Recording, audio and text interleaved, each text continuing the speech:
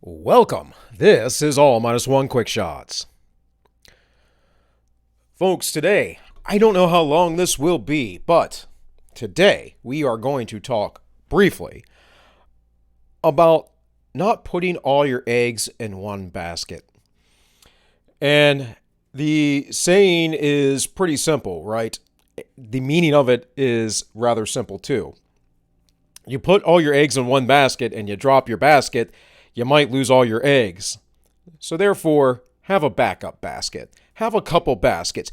Be diverse, and not in the way that the lefties talk about, in the actual way of good diversity, and that is be a person who is multifaceted.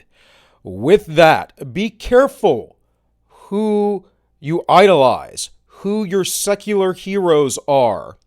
Now, I am a personality on the interwebs, so obviously some people may or may not idolize me or hate me. They may be disappointed in something that I say at some point or another.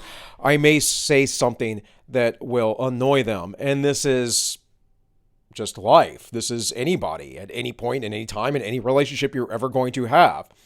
And yes, if we are talking in any real sense, we have a relationship here. I'm talking to you, and many of my regular viewers, actually, I converse with when I can, when I'm available, outside of the channel. In fact, so what is the point here? What am I talking about? Well, when you are not diverse, and you look at a person for leadership or ideas or direction, what happens? Well, you go and you idolize that person and they have all the answers for you, and you miss something.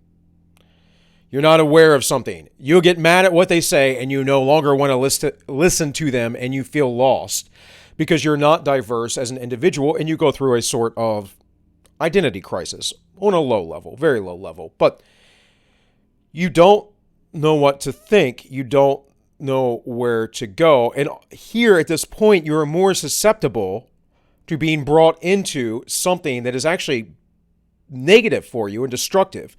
And the reason why, simply, is because you already had a negative, destructive outlook. You shouldn't be idolizing secular heroes, folks. There is one man who I idolize, and that is Christ. Now, there are a lot of people that I admire. There are a lot of people that I have a lot of respect for. There are a lot of people I don't agree with, but I could say they are great men. It always makes me think of Bill Burr's joke. Bill Burr had a joke some years ago about Arnold Schwarzenegger being a great man. Now, I love Arnie in the movies, at least back in the day, in the 80s during his heyday, or the early 90s. I am a fan of the movie Pumping Iron. I think it's hilarious and awesome, and an interesting look at this little group of men competing against each other while they're all friends. I'm a fan of Arnold's Expo, this big fitness thing that is in the world. I think he's done a lot of good stuff. I don't think he's got very good politics. I don't think he's got very good morals and ethics, considering he was having an affair with his maid and had an illegitimate son he was hiding from his wife. That's not a good person. And this is why you need to understand that you cannot idolize these people who are secular individuals. A lot of folks right now are a little concerned and a little worried about the cancellation of Dr. Seuss. Now, granted, this was Dr. Seuss's estate that decided to get rid of these books. But I guarantee you, you can find all of the strange and dark art that he had as well. Now, don't get me wrong. I have a lot of strange and dark art myself from when I was a younger man, as an artist, as a young kid. But this stuff he was doing as an adult. Dr. Seuss was a globalist, as far as I know. He believed in like having a one world government. I'm not saying he was a horrible guy or anything, but your idols will disappoint you at one point or another. And I think that there is this process where people don't develop themselves. They don't look inward. They don't seek to improve themselves. And therefore, they project onto other folks this idealization of who they want to be, and they see it in an individual. They say, that person is who I want to be. I'm going to listen to everything they have to say because that's the kind of guy, that's the kind of person I want to be. They seem to align with my beliefs. And then they do something to disappoint you guys. And every man on earth will do something to disappoint you. Every woman as well. Let's be all inclusive here. And all of those non-binary, whatever they call themselves. Guys, it is very important that you guard yourself in life. I was having a conversation with a viewer earlier, briefly, through Discord. And they were talking about another YouTuber that they didn't like because of their religious stances. And I get that. I understand that. That's a large portion of the world, though, that I would have to cut out because of their beliefs and religious stances. Man, that's a lot of people I know. And I know a lot of people. That's most acquaintances I know. I, of course, know a lot of religious folks as well. But far more that are non-religious in these days, in these times. Now, we could say religion is coming back, but even with that, even with people entering the faith in this great rebirth within the faith, we have to understand that there are folks that are going to say things and do things around us that we don't like about our beliefs, and it is our responsibility to correct them. I believe it was Peter who said to give an account and a response to anyone who asks you about your beliefs. I suggested to this individual, and you will know who you are because I know you listen regularly, that they read Octavius by Marcus Felix. Marcus Felix was, I believe, a lawyer in the 2nd or 3rd century. It's been a while since I've read it, so I can't recall the date specifically. It might have been late 2nd century. And he was a Roman citizen, and he was on vacation with one of his employees and a friend. And if I have this right, if I recall correctly, his friend was a pagan and thought all of these horrible, crazy things about Christians. And they had a conversation, a debate. And by the end of the debate, Marcus's friend, Octavius, decided that he was going to be a Christian because that was the true way. And folks, the reason why I mentioned to him to read this is to understand that we keep people in our lives unless they are toxic. If someone is doing something toxic to you, if they are abusing you, then you need to cut them out for sure. If they won't listen to you, then cut them off. Do not cast your pearls before swine. But otherwise, if you can be cordial, remain cordial, and be an example to them, perhaps you will convict them one day, or perhaps they will come to you and say, I didn't realize the error of my ways, but I see the joy and stability in your life, even amongst the chaos. And it makes me wonder, it makes me wish to inquire what you have that I do not. And friends, that will happen. And so all this kind of ties in together, right? You must diversify yourself. Do not idolize people. And do not cut people out unless they're toxic to you. Unless there's just no getting through to them. Unless you feel as if you have no recourse. Mind your manners and your words around them, though, as well. And this comes together in something like this. When you idolize folks, you create a god for yourself, and you should not do that in any man. When you are not diverse, you open yourself up to basically an ability to have a weakness or a chink in your armor. Now, don't get me wrong.